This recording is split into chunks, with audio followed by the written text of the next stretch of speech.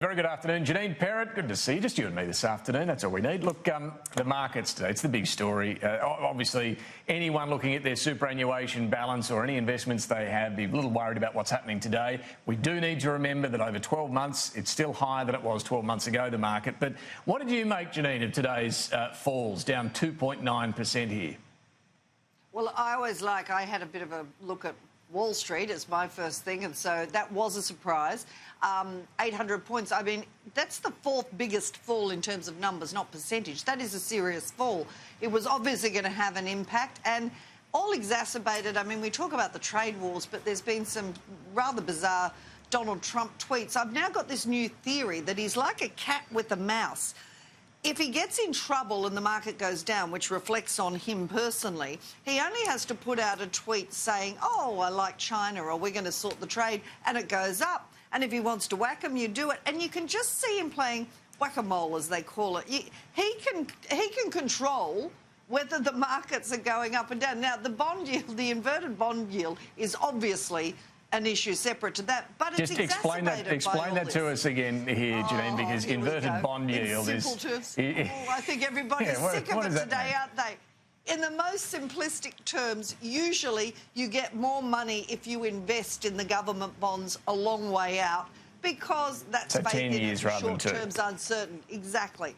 What's happened is you're getting more money for the bonds now than in the time ahead, than the longer term, which means, very simply, people are worried about what's going to happen in the future, in the longer term. How you can tell what's going to happen in 10 years, of course, is ridiculous. But we do know the warning signs have been coming. This is not the first time. And it's because this has been a good prediction of previous recessions. But look, the simple fact is that stock market is incredibly overheated at the moment. You need these corrections. It will need a little bit more for us to see if it's going to indicate something further. But you mentioned before with Stephen and Michael the concerns on China and trade, but also the other factor yesterday that spooked the market, Germany brought out a very low growth forecast. Europe and the Netherlands today is down to 1.5%. Europe generally has been slowing. So all these other global uncertainties feeding into the EU being a huge trading bloc is causing a lot of that uncertainty. It's all bad timing. Yeah. Look, there's a couple of things on the market here that were interesting today. Now, I was going to say this doesn't happen too often, but I guess it actually does. The company share price, profit has gone down, but the boss's pay packet has gone up. We're talking about Telstra and its CEO, Andy Penn. What's happened there? Are you serious when you say this doesn't happen often? It just hasn't happened often lately, since we brought in that famous 3 strikes policy where shareholders could whack you. Telstra has had a bit of trouble on that.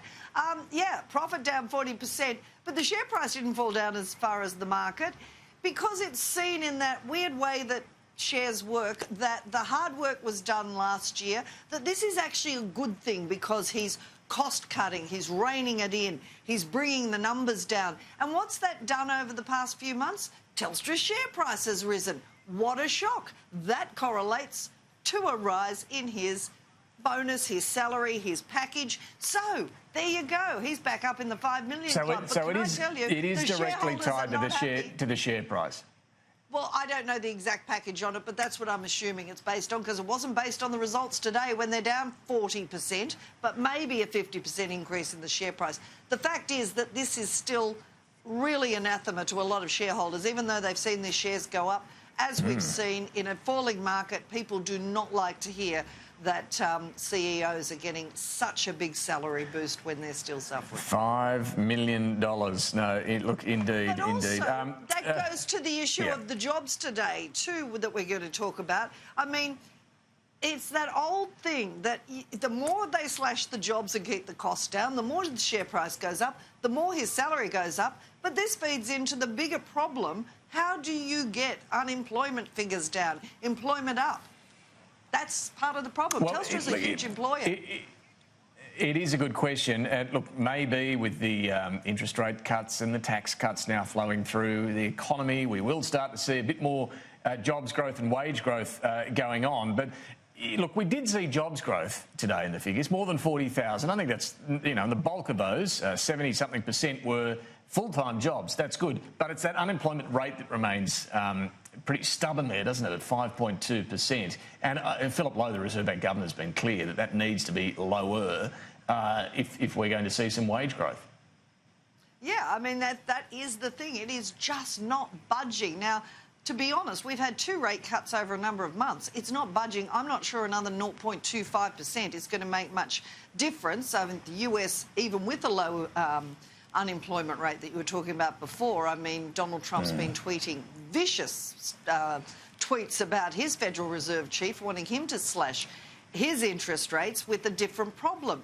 But the fact is, will it have an impact? We're waiting for the income tax cuts, but I go back to that issue. Companies are still rewarded for cutting staff, and 40,000 is one thing, but we can see Telstra cut 8,000 jobs in a day. You can see bigger losses going. So when there's uncertainty, that's their incentive. That's their incentive. Yep. To tighten the belt, get rid of jobs, and then the CEO's pay goes up. Look, mention Donald Trump. I just want to get your thoughts too. We saw the State Department, we can bring these pictures up again, releasing some satellite images of Shenzhen and that sports stadium in Shenzhen where it looks like dozens, scores possibly, of armoured personnel carriers are now being stationed there. This is, of course, right next to Hong Kong. It's in mainland China. The State Department clearly concerned about this. Donald Trump too, it would seem, because he has now, we've been talking about his reluctance to weigh in on the Hong Kong protests, but he has now tweeted about the need for a humane response from President Xi Jinping when it comes to the situation in Hong Kong. Things were a little better overnight. I mean, I know there were still some clashes, but not at the airport. I suspect, what happens in the coming days, particularly this weekend, because it's usually on the weekend that they plan their big protest marches, and that's when things really fire up. That's going to be telling, because there's no doubt that China is sending a pretty strong message that it's ready to roll in with these armoured personnel carriers. It is, and I think Donald Trump might have finally realised the criticism he's been getting. It was on the front page of the New York Times, I think it was, virtually saying that the weakness of this president, the disengagement, the America First, is having huge ramifications in the Asia-Pacific region. You've got tensions between South Korea and Japan, the rise of China, now the handling of this Hong Kong situation, that the vacuum that he's left is emboldening China. And this is away from the trade issue. So I think that might have started to hit home of the ramifications.